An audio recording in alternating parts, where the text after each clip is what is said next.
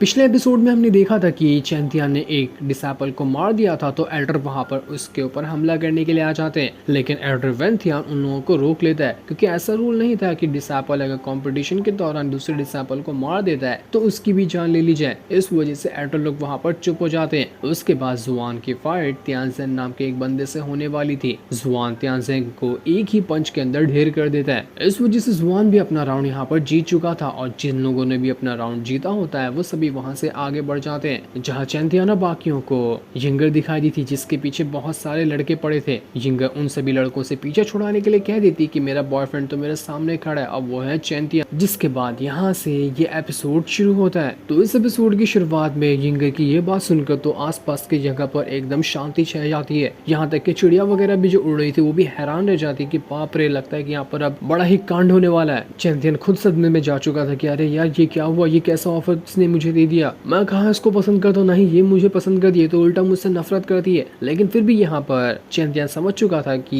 यिंगर अपने आप को इन सभी लड़कों से बचाने के लिए ऐसा कह रही है, तो वो वहाँ पर यही नाटक में और ज्यादा साथ दे देता है और कहता है कि हाँ बिल्कुल, यिंगर एकदम सही कह रही है। ये सुनने की देरी थी कि सारे लोगों को सदमा लग जाता है। वो सभी चैंतियन पे भड़कते हुए कह रहे होते हैं कि अबे तेरे अंदर ऐसा क्या है जो यिंगर ने तुझे चुना, तुझसे अच्छा तो हम लोग हमें चुनना चाहिए था ना, तूने यहाँ पर ये अच्छा नहीं किया, हमसे हमारी यिंगर को छीन कर। जिनफई यिंगर से कहता है कि अरे यिंगर, तुम तो यहाँ पर चैंतियन से नफरत करती थी ना, तुम तो इसको मारना चाहती थी, तो मुझे बस एक बार कह दो, मैं तुम्हारे सामने इसका सर काट कर तुम्हारे कदमों में ला दूंगा, बस तुम मेरी हो जाओ, इस चैंतियन को यहाँ से भगा दो, हमें इसकी जरूरत नहीं है। लेकिन चैंतियन जिनफई को साइड करते हुए कहता है कि तुझे बातों से समझ नहीं आता क्या, लात घुसे भी खाएगा तो बोल। जिनफई एकदम ज्यादा भड़क चुका था कि इसका ज्यादा ही नहीं घमंड बढ़ा, यहाँ पर यिंगर ने इससे क्या दिया, ये तो सच में इसको अपनी वाइफ ही समझ कर रखा है। चैंतियन यहाँ पर सभी को और ज्यादा जलाने के लिए सीधा यिंगर का सबके सामने हाथ ही पकड़ लेता है। सभी लोग तो अब यकीन कर चुके थे कि नहीं भाई, ये दोनों सही कह रहे थे, यिंगर सच में इसको पसंद कर रही है, तभी तो वो उसको छूने दे रही है। चैंतियन सभी से कहता है कि देखो, मैं यहाँ पर सबको आखिरी वार्निंग दे रहा हूँ, आज के बाद किसी ने भी यिंगर के ऊपर आंख उठाने की भी कोशिश की तो मुझसे बुरा उसके लिए कोई नहीं होगा। युनफई कहता है क्या कर लेगा तू, क्या कर लेगा तू, कुछ नहीं कर सकता तू मेरा, अब भी मैं यहाँ पर खड़े खड़े तेरी जान ले लूंगा। इसके बाद युनफई ने अपनी पावर को एक्टिवेट करना शुरू कर दिया था ताकि वो यहाँ पर चैंतियन को मार डाले। चैंतियन कहता है ज्यादा ही गर्मी चढ़ रही है तेरे को, रुक, तेरी भी गर्मी निकालता हूँ। इसके बाद चैंतियन भी वहाँ पर अपनी पावर का इस्तेमाल करते हुए वहाँ पर लड़ाई करने के लिए पूरी तरह से तैयार हो चुका था। लेकिन ये दोनों यहाँ पर फाइट करते इससे पहले ही यिंगर बीच में आकर कह देती कि यहाँ पर कोई झगड़ा नहीं करेगा। वो चैंतियन से भी कहती कि चैंतियन, नाटक सही करो, लेकिन नाटक में ज्यादा ही मत घुस जाना ताकि बाद में तुम्हारे लिए मुसीबत हो जाए। जिनफई वहाँ पर एकदम ज्यादा भड़क चुका था, लेकिन उसे समझ आ चुका था कि नहीं भाई, यहाँ पर उसकी दाल नहीं गलने वाली। वो चैंतियन को मार भी क्यों न डाले, तब भी यिंगर उसकी अब नहीं होगी। लेकिन वो चैंतियन को ऐसा तो यहाँ पर जिंदा नहीं छोड़ सकता, तो वो उसको चैलेंज कर देता है कि देखो, कंपटीशन का अगला राउंड ना 3 दिन के बाद होगा, 3 दिन के बाद के राउंड में मैं तुझको चैलेंज करता हूँ, तेरे अंदर हिम्मत होगी ना तो मुझसे फाइट करने के लिए आ जाना, उसी के अंदर मैं तेरी जान ले लूंगा। लेकिन चैंतियन कहता है मुझे तेरे से फाइट करने से कोई मतलब नहीं है, मुझे ना तेरा चैलेंज एक्सेप्ट है, ना ही मैं तुझसे फाइट करना चाहता हूँ, और मुझे पता है कि तू यहाँ पर ये फाइट ना यिंगर के लिए कर रहा होगा, क्योंकि युनफई ने साफ कह दिया था कि अगर इस फाइट में चैंतियन जीता तो यिंगर उसकी, और युनफई जीता तो यिंगर उसकी। चैंतियन उससे कहता है कि देख, यहाँ पर ना यिंगर कोई चीज नहीं है जिसके ऊपर मैं शर्त लगा दूं कि जो जीता उसकी, जो हारा उसके पास नहीं रहेगी। अगर तुझे यिंगर के बजाय मुझसे फाइट करनी है तो मैं उसके लिए तैयार हूँ, लेकिन यिंगर को मैं यहाँ पर दाव पर नहीं लगाऊंगा। चैंतियन की ऐसी बातें सुनकर यहाँ पर तो यिंगर बस उसके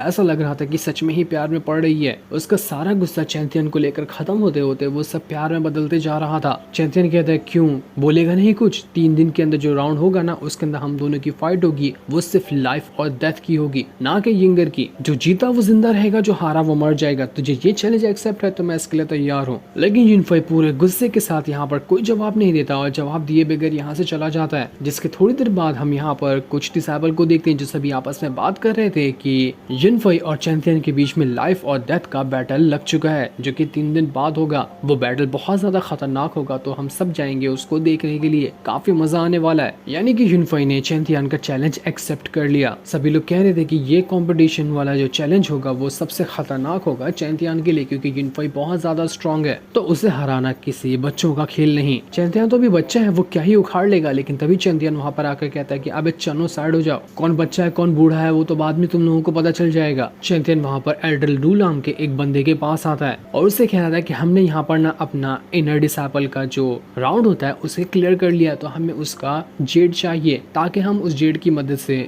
आउटर डिसाइपल वाला राउंड जो कि 3 दिन बाद होगा उसमें पार्टिसिपेट कर सके। लेकिन एल्डर लू जो था वो तो चैंथियन की बात को इग्नोर मारते हुए वो जेड निकाल कर दूसरे बंदे को दे देता है। सभी डिसाइपल कहते हैं कि अरे एल्डर लू तो लगता है कि सीधा सीधा यहाँ पर चैंथियन से नफरत करते हैं, तभी तो उन्होंने इसके क्या जबरदस्त वाला इग्नोर मार दिया। लगता है यहाँ पर थोड़ा मजेदार बैटल हो सकता है कि देखने को मिल जाए दोनों के बीच में, बहुत मजा आएगा। चलो देखते हैं यहाँ पर क्या होता है। एल्डर वहां पर जो था वो चैंथियन से कहता है कि चल साइड हो यहाँ से, मुझे नहीं देना जेड तुझे, तू यहाँ पर खड़ा रहेगा, मेरा टाइम पास मत कर। चैंथियन उससे कहता है कि तुझे समझ में नहीं आता क्या, तू एल्डर यहाँ पर रिस्पेक्ट से बात कर रहा, ज्यादा दिमाग गर्म किया तो मेरा यहाँ पर बिना कुछ भी उड़ जाएगा, तब मत बोलना। एल्डर लू वहां पर कहता है कि मुझे नहीं लगता कि तूने ये राउंड जीता है और तू यहाँ पर एक इनर डिसाइपल बनने के लायक भी नहीं है, तो मैं तुझे ये वो जेड नहीं दूंगा, जा जो उखाड़ना है उखाड़ ले, मैं भी तो देखूं कि तू क्या ही उखाड़ सकता है। जुबान भी भड़क चुका था वो। एल्डर लू से कहता है कि तू ज्यादा बोल रहा है, हाँ 2-4 थप्पड़ खाएगा ना तो अपने आप पता चल जाएगा कि हम लोग ने यहाँ पर कंपटीशन जीता है या नहीं जीता है, खाएगा क्या बोल। ये सुनकर एल्डर लू को गुस्सा आ जाता है। वो उन सभी से कहता है कि इस तरह से तुम लोग बात करते हो अपने एल्डर से, यही सिखाया तुम लोगों को, ये करके तुमने बहुत बड़ी गलती कर दी, अब तो तुम सर पटक के रह जा, मैं तुम लोगों को जेड नहीं देने वाला, मैं आज ही तुम सबको यहाँ से सेट से बाहर निकालता हूँ, भाग जाओ यहाँ से और कभी भी यहाँ पर दोबारा दिखाई मत देना। चैंथियन को इतना ज्यादा गुस्सा आता है कि वो वहां पर अपनी पावर को एक्टिवेट करने लग जाता है ताकि इस एल्डर लू को ही मार डाले। लेकिन तभी वहां पर उड़ते हुए एक बहुत ही ज्यादा स्ट्रॉन्ग अटैक आता है जो सीधा का सीधा यहाँ पर एल्डर लू को लगकर उसका